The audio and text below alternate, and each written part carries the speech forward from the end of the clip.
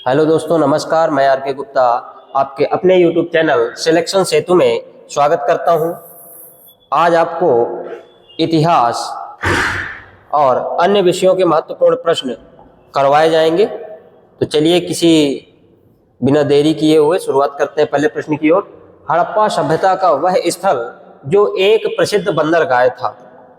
प्रश्न में पूछा गया है कि हड़प्पा स्थल यानी हड़प्पा सभ्यता का एक स्थल कौन सा था जो एक प्रसिद्ध बंदरगाह के रूप में प्रसिद्ध था। तो इसका जो सही जवाब है वो है आपका लोथल। अशोक के धम्म का मुख्य उद्देश्य क्या था? अर्थात अशोक के शासनकाल में एक बहुत ही प्रचलित शब्द था जिसे हम धम्म के नाम से जानते हैं। तो धम्म का मुख्य उद्देश्य क्या था?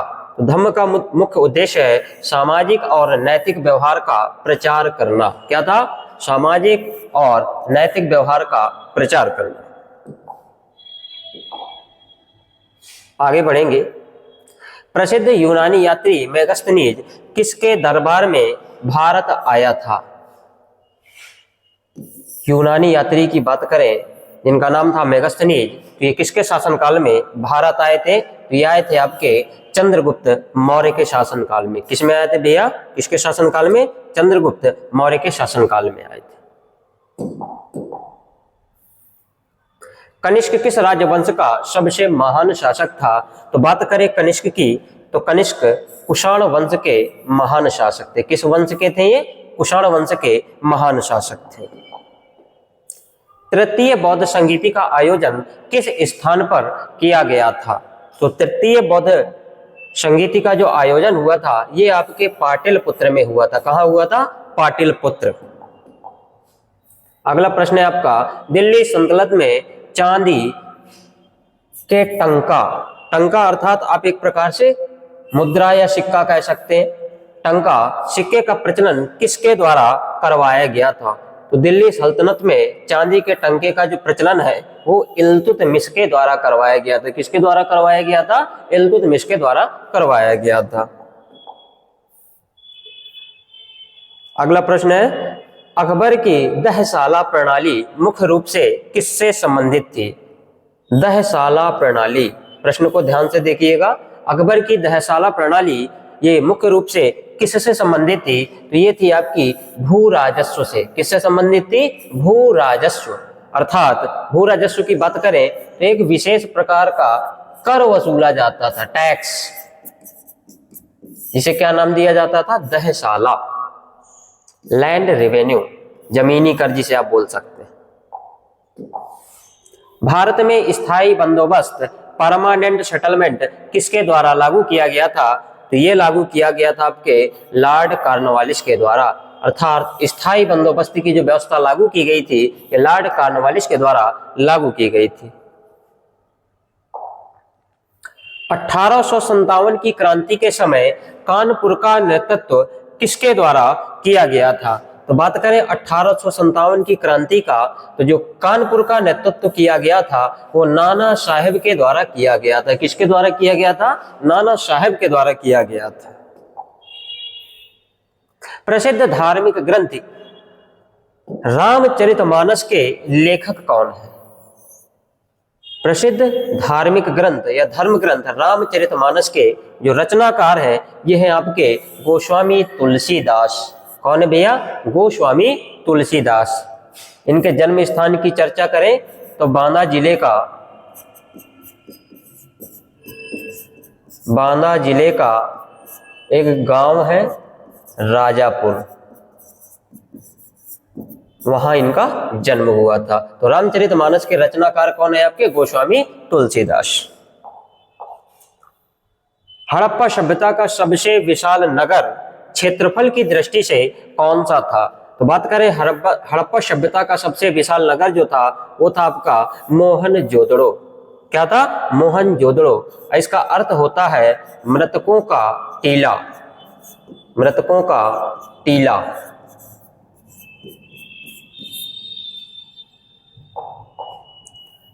ऋग्वेद के किस मंडल में देवता का वर्णन सबसे अधिक बार अर्थात 250 बार हुआ है? तो किस देवता का है तो ये है आपके इंद्र देवता का। किसका? इंद्र देवता का। कितनी बार वर्णन किया गया भैया? 250 बार। अगला प्रश्न है, गुप्त वंश की स्थापना करने वाला प्रथम शासक कौन था? तो गुप्त वंश की स्थापना करने का जो श्रेय जाता है वो श्री गुप्त को जाता है। किनको जाता है? श्री गुप्त को जाता है। चीनी यात्री फाहयान किसके शासनकाल में भारत आया था? चीनी यात्री फाहयान किसके शासनकाल में भारत आए थे? तो ये आए थे आपके चंद्रगुप्त द्वितीय, जिन्हें हम लोग विक्रमादित्य के नाम से भी जानते हैं। इससे पहले जो प्रश्न हुआ था, वैनसांग किसके शासनकाल में भारत आए थे? तो आए थे आपके हर्षवर्धन के शासनकाल में। दोनों प्रश्न अलग हैं, काफी कंफ्यूज करते हैं, तो ध्यान देके। अगला प्रश्न है, खजुराहो के प्रसिद्ध मंदिरों का निर्माण किस वंश के राजाओं के द्वारा करवाया गया था? तो बात करें खजुराहो के मंदिरों के, तो ये करवाया गया था चंदेल वंश के शासकों के द्वारा। अर्थात खजुराहो के जो प्रसिद्ध मंदिर है वो चंदेल राजाओं के द्वारा बनवाए गए थे। कुतुब मीनार के निर्माण को पूरा करने का श्रेय किसे दिया जाता है? तो कुतुब मीनार के निर्माण को पूरा करने का जो श्रेय है वो जाता है आपके इल्तुतमिश को। किसको जाता है? इल्तुतमिश को। मुगल काल में सैन्य और प्रशासनिक सुधार हेतु मनसबदारी प्रथा, कौन सी प्रथा? मनसबदारी प्रथा किसने शुरू की थी? मनसबदारी प्रथा शुरू करने का जो श्रेय है वो आपके अकबर को जाता है। और ये प्रश्न काफी इंपॉर्टेंट रहता है कॉम्पिटिटिव एग्जामों के लिए कि मनसबदारी प्रथा की जो शुरुआत की थी किसके शासनकाल में या किसके द्वारा की गई थी? तो अकबर के शासनकाल में। अंग्रेजों ने अपनी प्रथम व्यापारिक फैक्ट्री कहाँ स्थापित की थी? तो इन्होंने अपनी पहली व्यापारिक फैक्ट्री को सूरत में स्थापित किया था। भारतीय राष्ट्रीय कांग्रेस की स्थापना किस वर्ष हुई थी? तो बात करें भारतीय राष्ट्रीय कांग्रेस की स्थापना ये हुई थी आपके 1885 में। कांसे की नर्तकी अर्थात एक मूर्ति प्राप्त हुई थी जो किस धातु की बनी थी? कांसे की बनी हुई थी। नर्तकी का मतलब है नृत्य करती हुई अवस्था में। तो कांसे की नर्तकी की मूर्ति सिंधु सभ्यता के किस स्थल से मिली थी? तो ये मिली थी आपके मोहनजोदड़ो से। कहां से मिली थी? मोहनजोदड़ो से। अगला प्रश्न है, प्रसिद्ध पुस्तक अर्थशास्त्र के रचनाकार कौन है? तो बात करें अर्थशास्त्र के रचनाकार के, तो ये है आपके कौटिल्य, जिन्हें हम चाणक्य के नाम से भी जानते हैं। भारतीय इतिहास का स्वर्ण युग किसके शासनकाल को कहा जाता है या किसके शासनकाल को स्वर्ण युग के नाम से भी जाना जाता है? तो ये जाना जाता है आपका गुप्त काल या गुप्त साम्राज्य के शासनकाल को। विद्वान अलबरूनी किस आक्रमणकारी के साथ में भारत आया था? तो अलबरूनी की बात करें तो ये आए थे आपके महमूद गजनवी के साथ में। किसके साथ में आए थे ये? महमूद गजनवी के साथ में आए थे। दक्षिण भारत में विजयनगर साम्राज्य के संस्थापक कौन थे? तो बात करें दक्षिण भारत में जो विजयनगर साम्राज्य के जो संस्थापक थे वो दो भाई थे जिनका नाम था हरिहर और बुक्का। ये दोनों कौन थे? भाई थे। इन्होंने विजयनगर साम्राज्य की स्थापना की थी। फतेहपुर सीकरी का निर्माण अकबर ने किस उद्देश्य से करवाया था? तो बात करें फतेहपुर सीकरी के निर्माण का जो उद्देश्य था ये था प्रशासनिक और धार्मिक कारणों से। किसके कारणों से? प्रशासनिक और धार्मिक कारणों से अकबर ने फतेहपुर सीकरी का निर्माण कराया था। मुगल कालीन ऐतिहासिक पुस्तक आईने अकबरी, कौन सी पुस्तक? आईने अकबरी, ये किसके द्वारा लिखी गई थी? तो आईने अकबरी के जो लेखक हैं वो है आपके अबुल फजल। किस काल में लिखी गई थी पुस्तक भैया? ये मुगल कालीन पुस्तक है आईने अकबरी, जिसको अबुल फजल नाम के लेखक के द्वारा लिखी गई थी। सिख धर्म के 10वें और अंतिम गुरु कौन थे? तो बात करें सिख धर्म के अंतिम और 10वें जो गुरु थे वो थे गुरु गोविंद सिंह। कौन थे? गुरु गोविंद सिंह। यही आप बताएंगे कि सिख धर्म के पहले गुरु कौन थे? पहले गुरु कौन थे? इसका जवाब आप सभी लोग कमेंट बॉक्स में देंगे कि सिख धर्म के प्रथम या पहले गुरु कौन थे। अगला प्रश्न है आपका, महात्मा बुद्ध ने अपना पहला उपदेश किस स्थान पर दिया था? तो महात्मा बुद्ध ने जो अपना पहला उपदेश दिया था वो दिया था सारनाथ में। कहां दिया था? सारनाथ में।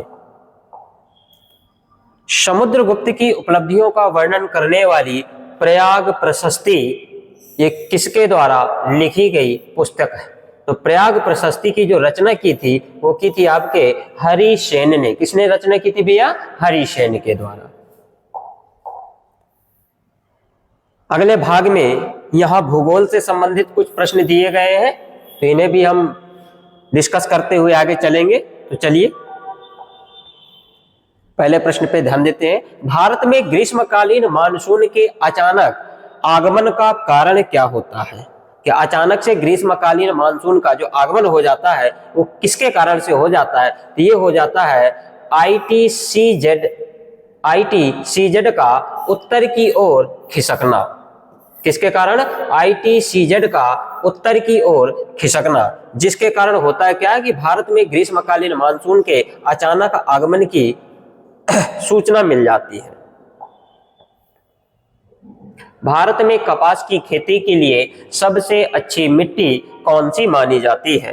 तो कपास की खेती ये सबसे अच्छी जो होती है काली मिट्टी में की जाती है। किसमें? काली मिट्टी में, जिसे रेंगुर मिट्टी की भी संज्ञा दी जाती है। रेंगुर मिट्टी या फिर इसी को काली मिट्टी कहते हैं। भारत की सबसे प्राचीन पर्वत श्रेणी कौन सी है? तो बात करें भारत की सबसे प्राचीन पर्वत श्रेणी की, इसका जो सही जवाब है वो है आपका अरावली पर्वत श्रेणी। पश्चिमी घाट पूर्वी घाट की तुलना में अधिक ऊंचे क्यों हैं? अर्थात जो पश्चिमी घाट है वो पूर्वी घाट की तुलना में अधिक ऊंचे क्यों है? तो इसका जो सही जवाब है वो है आपका भूगर्भीय भ्रंश क्रिया के कारण। किसके कारण? भूगर्भीय भ्रंश क्रिया के कारण। नदी की धारा की गति कम होने पर मुहाने पर किसका निर्माण होता है? मुहाने की बात करें तो जहां पर नदियों का बहाव जाकर रुक जाता है, यानी मुह। मुहाने का अर्थ यहाँ पे क्या है? नदियों के मुख से है।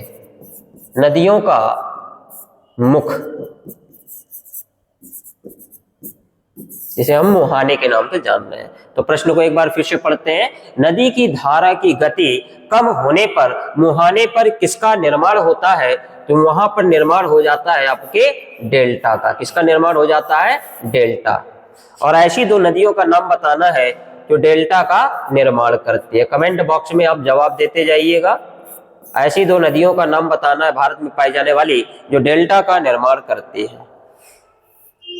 भारत में टुंड्रा जैसी ठंडी जलवायु कहाँ पाई जाती है? अर्थात टुंड्रा प्रदेशों में बहुत ही ठंडी जलवायु मिलती है। तो ये भारत में कहाँ मिलेगी आपको? लद्दाख क्षेत्र में। कहाँ मिलेगी भैया? लद्दाख क्षेत्र में। किस नदी को उसकी विशालता के कारण दक्षिण की गंगा की संज्ञा दी जाती है या फिर दक्षिण की गंगा के नाम से जाना जाता है? तो इसका जवाब है आपका गोदावरी नदी। रेगिस्तानी इलाकों में दिन और रात के तापमान में भारी अंतर होने का कारण क्या है? तो इसका जो सही जवाब है वह है वायुमंडल में नमी, अर्थात आर्द्रता की भारी कमी के कारण। रेगिस्तान में जो इलाके होते हैं दिन और रात के तापमान में काफी ज्यादा अंतर पाया जाता है। दिन में काफी मात्रा में गर्मी होती है और वही रात की अपेक्षा रात में काफी ठंडे प्रतीत होते हैं। कोयले की सबसे श्रेष्ठ और शुद्धतम किस्म कौन सी है? तो कोयले की सबसे श्रेष्ठ और शुद्धतम किस्म की बात करें तो यह है आपका एंथ्रासाइट कोयला। कौन सा कोयला होता है भैया? एंथ्रासाइट कोयला। भारत की सबसे लंबी पर्वत श्रृंखला कौन सी है? तो बात करें सबसे लंबी पर्वत श्रृंखला की तो यह है आपकी हिमालय। कौन सा भैया? हिमालय। नीलगिरी पर्वत समूह की सबसे ऊंची चोटी का नाम क्या है? तो नीलगिरी पर्वत समूह की सबसे ऊंची चोटी का जो नाम है वो है आपकी डोडा बेट्टा। क्या नाम है भैया? डोडा बेट्टा। विश्व में सर्वाधिक वर्षा वाला स्थान मौसिन राम ये किस राज्य में स्थित है? यहाँ सबसे अधिक वर्षा पाई जाती है। ये स्थित है आपके मेघालय में। कहाँ स्थित है मौसिन राम? मेघालय में। किस राज्य में है? मेघालय में। विश्व का सबसे बड़ा डेल्टा और मैंग्रोव वन क्षेत्र कौन से हैं? तो विश्व का सबसे बड़ा डेल्टा और मैंग्रोव वन ये है आपके सुंदरवन का डेल्टा। कहाँ पड़ता है आपका? पश्चिम बंगाल में। पश्चिम बंगाल में। और डायरेक्ट प्रश्न पूछ लिया जाता है कि सुंदरवन का डेल्टा कहाँ पाया जाता है? तो पश्चिम बंगाल में पाया जाता है। ध्यान रखें। आगे बढ़ेंगे। भारत की वह प्रमुख नदी जो भ्रंश घाटी अर्थात रिफ्ट वैली से होकर बहती है, कौन सी है?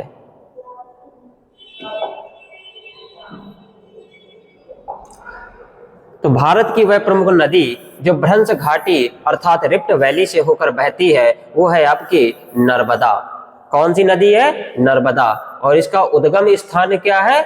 तो अमरकंटक। अमरकंटक की पहाड़ियां जो कि कहां पाई जाती है? जबलपुर मध्य प्रदेश। कहां पाई जाती हैं? जबलपुर मध्य प्रदेश। और इसी नर्मदा नदी पर धुआंधार जलप्रपात बना हुआ है। प्रपात, धुआंधार जलप्रपात कह लीजिए, क्योंकि यहाँ पे धुआं की उत्पत्ति होती रहती है, धुआं निकलता रहता है, इसी कारण इसका नाम पड़ गया धुआंधार जलप्रपात।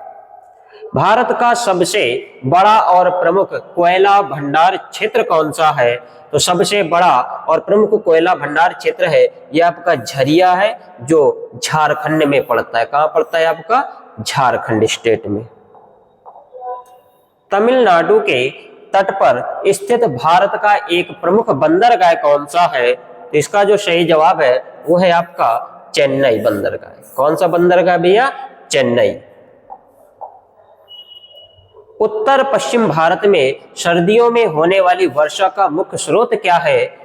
यानी उत्तर पश्चिम भारत में सर्दियों के मौसम में जो वर्षा होती है उसका मुख्य स्रोत क्या होता है? तो ये है आपका पश्चिमी विक्षोभ। किसके कारण होता है? पश्चिमी विक्षोभ के कारण होता है, जिसे हम लोग वेस्टर्न डिस्टर्बेंस के नाम से भी जानते हैं।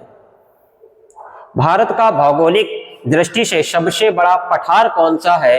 तो बात करें भारत के भौगोलिक दृष्टि से सबसे बड़ा जो पठार है वो है दक्कन का पठार। कौन सा पठार है भैया? दक्कन का पठार। हिमालय की सबसे नवीन अर्थात नई और बाहरी पर्वत श्रेणी कौन सी है? तो हिमालय की सबसे नई और बाहरी पर्वत श्रेणी का नाम है शिवालिक। क्या नाम है? शिवालिक। भारत की मानक समय रेखा यानी 82.5 डिग्री ईस्ट कहां से होकर गुजरती है? बहुत इंपॉर्टेंट प्रश्न है। प्रश्न को फिर से एक बार पढ़ते हैं। भारत की मानक समय रेखा 82.5 डिग्री ईस्ट ये कहां से होकर गुजरती है? तो ये गुजरती है आपके उत्तर प्रदेश के प्रयागराज जनपद और मिर्जापुर से। कहां से? प्रयागराज और मिर्जापुर के पास से। अगले भाग में हम भारतीय राज्य व्यवस्था अर्थात पॉलिटी के कुछ क्वेश्चन करने जा रहे हैं। आप लोगों को अगर प्रश्न अच्छे लगे और समझ में आए तो अपने दोस्तों के साथ में शेयर कीजिएगा। भारतीय संविधान का भाग 2 किससे संबंधित है? तो बात करें भारतीय संविधान का जो भाग 2 है ये आपके नागरिकता से संबंधित है। किससे संबंधित है? नागरिकता से संबंधित है, सिटीजनशिप। भारतीय संविधान में मौलिक कर्तव्य किस देश के संविधान से लिए गए हैं? तो ये लिए गए हैं सोवियत संघ। कहां से? किस देश से? सोवियत संघ से लिए गए हैं मौलिक कर्तव्यों को। राज्यसभा के सदस्यों का चुनाव किस विधि के द्वारा किया जाता है? तो बात करें राज्यसभा के सदस्यों की चुनाव की तो ये होती है आनुपातिक प्रतिनिधित्व प्रणाली। किसके माध्यम से होती है? आनुपातिक प्रतिनिधित्व प्रणाली के माध्यम से। प्रस्तावना में समाजवादी और पंथ निरपेक्ष शब्द ये कब जोड़े गए थे? मोस्ट इंपॉर्टेंट प्रश्न। प्रस्तावना में समाजवादी और पंथ निरपेक्ष शब्दों को कब जोड़ा गया था? तो ये जोड़ा गया था 1976 में। किस संविधान संशोधन के द्वारा जोड़ा गया था? तो ये था आपका 42वां संविधान संशोधन, जो कि 1976 में हुआ था। कानूनों की संवैधानिकता जांचने अर्थात न्यायिक पुनरावलोकन का अधिकार किसको प्राप्त है? न्यायिक पुनरावलोकन का जो अधिकार है ये किसको प्राप्त है? तो ये प्राप्त है आपके सर्वोच्च न्यायालय को। किसको प्राप्त है? सर्वोच्च न्यायालय को। अनुच्छेद 370 का संबंध विशेष रूप से किस राज्य से था? तो अनुच्छेद 370 की बात करें तो इसका संबंध जो था ये जम्मू कश्मीर से था, जो कि अब हट चुका है। धारा 370 को खत्म कर दिया गया है। ध्यान दीजिए। लोकसभा के अध्यक्ष अर्थात स्पीकर का चयन कौन करता है? तो लोकसभा के अध्यक्ष का जो चयन होता है वो लोकसभा के निर्वाचित सदस्यों के माध्यम से होता है। भारत के उपराष्ट्रपति का चुनाव किसके द्वारा होता है? तो भारत के उपराष्ट्रपति का जो चुनाव है वो संसद के दोनों सदनों के सदस्यों के द्वारा किया जाता है। अगले प्रश्न पे बढ़ेंगे। आपातकाल की घोषणा होने पर किन अधिकारों का निलंबन हो सकता है? अर्थात अगर आपातकाल लागू हो जाता है तो ऐसे कौन से अधिकार हैं जो निलंबित हो सकते हैं अर्थात हट सकते हैं? तो ये है आपके मौलिक अधिकारों का। किनका? मौलिक अधिकारों का। सिर्फ अनुच्छेद 20 और 21 को छोड़कर ये अधिकार निलंबित नहीं होते। बाकी जितने भी मौलिक अधिकार हैं सभी निलंबित या निरस्त किए जा सकते हैं। भारतीय संविधान का संरक्षक अर्थात गार्जियन किसे माना जाता है? तो भारतीय संविधान के संरक्षक की बात करें तो ये अपना सर्वोच्च न्यायालय अर्थात सुप्रीम कोर्ट होता है। भारतीय संविधान सबसे अधिक किस देश के संविधान से प्रभावित है? तो हमारे भारत देश का जो संविधान है वो सबसे ज्यादा प्रभावित है ब्रिटेन के संविधान से। कहां से प्रभावित है? ब्रिटेन देश के संविधान से। संविधान के किस भाग में नागरिकों के मौलिक अधिकारों का वर्णन किया गया है?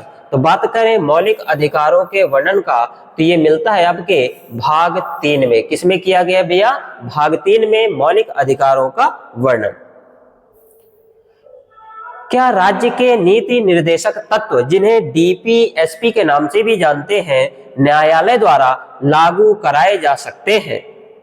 क्या न्यायालय नीति निर्देशक तत्व अर्थात राज्य के नीति निर्देशक तत्वों को लागू कर सकता है या नहीं लागू कर सकता है? तो इसका सही जवाब है कि नहीं, अर्थात ये गैर न्यायोचित है। यानी डीपीएसपी का राज्य के नीति निर्देशक तत्व न्यायालय के द्वारा लागू नहीं किए जा सकते। राष्ट्रपति राज्यसभा में कितने विशिष्ट सदस्यों को मनोनीत करते हैं? तो राष्ट्रपति राज्यसभा में 12 सदस्यों का मनोनयन या मनोनीत करते हैं। अनुसूचित जाति जनजाति के लिए लोकसभा में आरक्षण किस अनुच्छेद में वर्णित है? तो बात करेंगे अनुसूचित जाति और जनजाति के लिए लोकसभा में जो आरक्षण है वो अनुच्छेद 330 में वर्णित है। किस अनुच्छेद में है? 330 के अंतर्गत। एससी और एसटी जो भी schedule caste and schedule tribes जो भी है वो आपके अनुच्छेद 330 में वर्णित है। अगले प्रश्न में बढ़ते हुए, संविधान के भाग 18 में किस विषय का उल्लेख मिलता है? तो बात करेंगे संविधान के भाग 18 में तो ये आपातकालीन उपबंधों का उल्लेख है। किसका है भैया? इमरजेंसी प्रोविजंस अर्थात आपातकालीन उपबंध किस भाग से संबंधित है? तो भाग 18 से।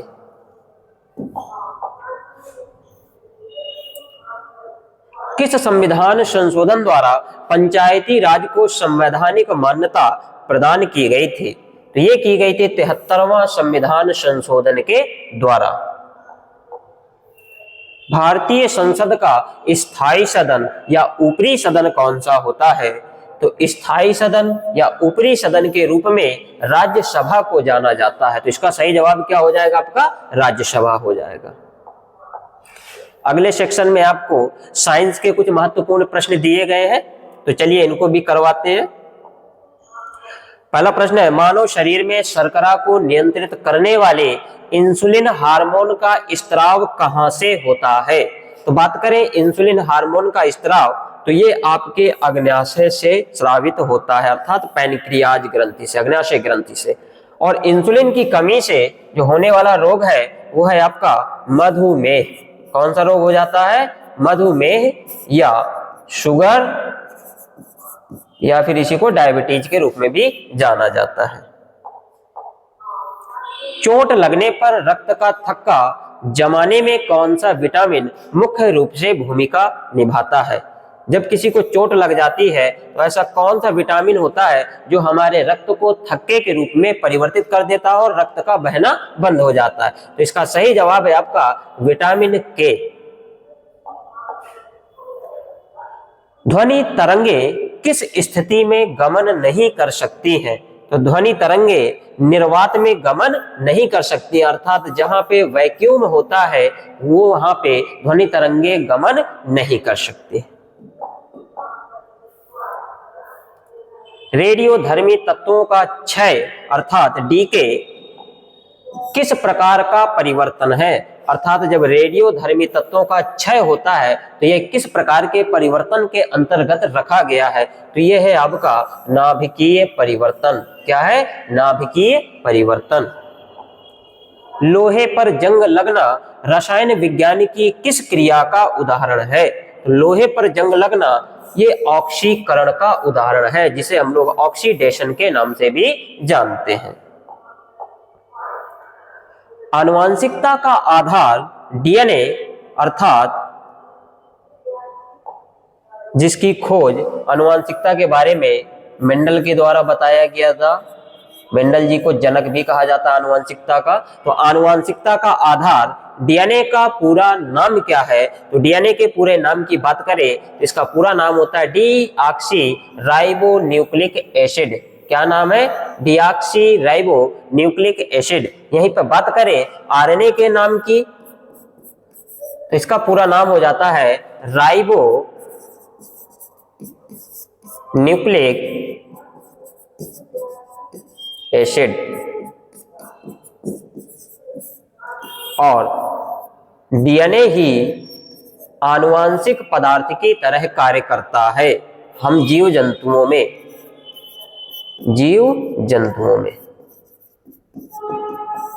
और कुछ विषाणुओं में आरएनए आनुवांशिक पदार्थ की तरह भी कार्य करता है। बिजली के बल्ब के अंदर लगा बारीक तार जिसे हम लोग फिलामेंट या तंतु के रूप में जानते हैं, ये किसका बना होता है? तो बिजली के बल्ब में जो फिलामेंट बना होता है वो टंगस्टन धातु का बना होता है। किस धातु का बना होता है भैया? टंगस्टन धातु का।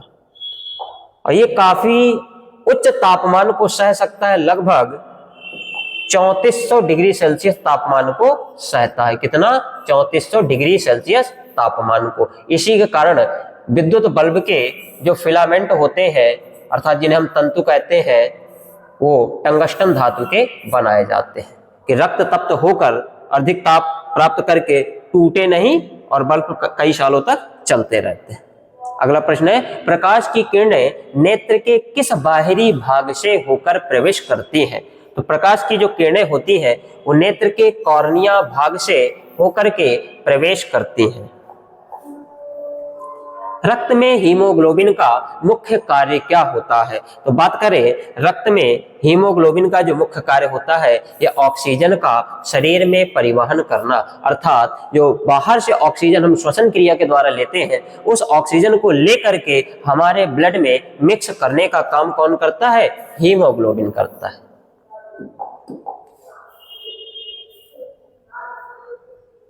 भौतिकी में विद्युत प्रतिरोध अर्थात रेजिस्टेंस की इकाई क्या होती है? तो विद्युत प्रतिरोध की इकाई होती है आपकी ओम। क्या होती है? ओम। और ओम को इस प्रतीक के द्वारा प्रदर्शित भी किया जाता है। शोर या ध्वनि की तीव्रता को मापने की इकाई क्या है? इसको मापा जाता है डेसिबल के द्वारा। वायुमंडल में किन गैसों की अधिकता से अम्लीय वर्षा अर्थात एसिड रेन होती है? तो इसका जो जवाब है वो है आपका सल्फर डाइऑक्साइड अर्थात SO2 और नाइट्रोजन ऑक्साइड अर्थात NO2। जब सल्फर डाइऑक्साइड और नाइट्रोजन ऑक्साइड की मात्रा गैसों में बढ़ जाती है तो अम्लीय वर्षा का कारण बनती है। मानव कंकाल की सबसे लंबी और मजबूत हड्डी कौन सी होती है? तो इसका सही जवाब है फीमर, जो कि जांघ में पाई जाती है। मानव मस्तिष्क का कौन सा हिस्सा श्वसन दर को नियंत्रित करता है? तो मानव मस्तिष्क का कौन सा हिस्सा श्वसन दर को, यानी जो हम सांस लेते हैं उसको कंट्रोल करता है? तो ये है आपका मेडुला ऑब्लांगेटा या मेडुला ऑब्लांगाटा या गेटा, जो भी आप पढ़ते हैं। ठीक है, अगले भाग में विविध और महत्वपूर्ण तिथियों से संबंधित कुछ प्रश्न हैं, तो चलिए इन्हें भी करते हैं। गरबा अर्थात गुजरात का प्रसिद्ध लोक नृत्य है, तो मोहिनी अट्टम कहाँ का है? तो गरबा गुजरात का है, तो मोहिनी अट्टम आपके केरल का है। जिस प्रकार गरबा गुजरात में किया जाता है, मोहिनी अट्टम कहाँ किया जाता है? केरल में किया जाता है। अंतरराष्ट्रीय संस्था यूनेस्को का मुख्यालय कहाँ स्थित है? तो यूनेस्को के मुख्यालय की बात करें तो ये पेरिस में स्थित है, पेरिस या फ्रांस में स्थित है। भारत में राष्ट्रीय पंचायती राज दिवस कब मनाया जाता है? तो राष्ट्रीय पंचायती राज दिवस ये 24 अप्रैल को मनाया जाता है। कब मनाया जाता है? 24 अप्रैल को। भारत में कृषि विकास हेतु हरित क्रांति किस दशक में शुरू हुई थी? तो ये शुरू हुई थी 1960 के दशक से। कब शुरू हुई थी? 1960 के दशक से। और हरित क्रांति के जनक कौन कहे जाते हैं? तो MS स्वामीनाथन।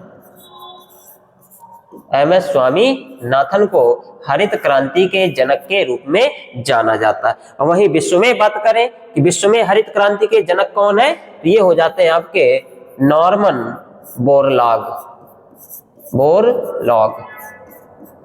दोनों प्रश्न अलग अलग है। तो भारत में MS स्वामीनाथन को हरित क्रांति के जनक के रूप में जाना जाता है, वहीं विश्व में नॉर्मन बोरलॉग को हरित क्रांति के जनक के रूप में जाना जाता है। तो भारत में इसकी शुरुआत कब हुई थी? 1960 के दशक में हुई थी। भारतीय तिरंगे झंडे का वर्तमान स्वरूप किसने तैयार किया था? तो बात करेंगे भारतीय तिरंगे झंडे का वर्तमान जो स्वरूप तैयार किया था वो है आपके पिंगली वेंकैया। किसने तैयार किया था? पिंगली वेंकैया के माध्यम से तैयार किया गया था। संयुक्त राष्ट्र संघ अर्थात यूनाइटेड नेशन की स्थापना के उपलक्ष्य में UN दिवस कब मनाया जाता है? तो UN डे मनाया जाता है आपका 24 अक्टूबर को। कब मनाया जाता है भैया? 24 अक्टूबर को। भारत में राष्ट्रीय उपभोक्ता दिवस कब मनाया जाता है? तो भारत में राष्ट्रीय उपभोक्ता दिवस ये 24 दिसंबर को मनाया जाता है। भारत का राष्ट्रीय फल क्या है? तो भारत का राष्ट्रीय फल आम होता है। वहीं बात करें राष्ट्रीय मिठाई की, तो भारत की राष्ट्रीय मिठाई क्या है? इसका कमेंट में आप जवाब दीजिएगा, सभी लोग जरूर जानते होंगे। यहीं पे भारत का राष्ट्रीय पशु क्या है, भारत का राष्ट्रीय पक्षी क्या है, इन सभी के जवाब आप लोग कमेंट बॉक्स में देंगे। तो चलिए आज का लास्ट प्रश्न भी आपका हो गया है। यहां पे आपको एक मोटिवेशन दिया गया है, तो चलिए हम आपको मोटिवेशन के माध्यम से परिचित कराते हैं, तो आप लोग भी उस चीज का ध्यान दीजिएगा। किसी को गिराया न खुद को उछाला। आज के समय में क्या होता है कि लोग आगे बढ़ने के लिए एक दूसरे को गिरा देते हैं, अर्थात पीछे करने की होड़ में लगे रहते हैं। तो उसी को लेकर के है कि जब हम लोग विद्यार्थी जीवन में होते हैं तो उस अवस्था के दौरान हम लोगों में तमाम प्रकार के मतभेद उत्पन्न हो जाते हैं कि कोई हमसे आगे निकल जा रहा है, हम किसी से पीछे हो जा रहे हैं, तो तमाम प्रकार के लड़ाइयाँ झगड़े आदि देखने को मिलते हैं। तो उसी को लेकर के कुछ 4 पंक्तियां हैं यहाँ पे, तो ध्यान देंगे। किसी को गिराया न खुद को उछाला, कटा जिंदगी का सफर धीरे धीरे। किसी को गिराया न खुद को उछाला, कटा जिंदगी का सफर धीरे धीरे। जहां आप पहुंचे छलांगे लगाकर। यानी बहुत से लोग होते हैं जो अपने रास्ते अर्थात मंजिल को पाने के लिए शॉर्टकट तरीकों का प्रयोग कर लेते हैं। उसी बात को कह रहा है कवि या लेखक कि जहां आप पहुंचे छलांगे लगाकर, वहां मैं भी पहुंचा मगर धीरे धीरे। अर्थात आपने शॉर्टकट के माध्यम से उस चीज को पा लिया या अपनी सफलता को पा लिया, लेकिन मैं भी लगातार लगा रहा और वहां मैं भी पहुंचा मगर धीरे धीरे। मुझे पहुंचने में वहां समय लग गया, क्योंकि मैं अनवरत रूप से ईमानदारी के साथ में चल रहा था। कैसे चल रहा था? ईमानदारी के रूप में। और आप कैसे पहुंचे हैं? तो आप पहुंचे हैं छलांगे लगाकर, अर्थात शॉर्टकट तरीका अपनाकर आप पहुंचे हैं। तो चलिए इसी मोटिवेशन के साथ में आज का सेशन यहीं पे समाप्त करते हैं। सेशन आपको समझ में आया हो और प्रश्न आपको अच्छे लगे हो तो हमारे चैनल को ढेर सारा प्यार दीजिएगा और अपने दोस्तों में शेयर कीजिएगा, सब्सक्राइब कीजिएगा। सभी को नमस्कार।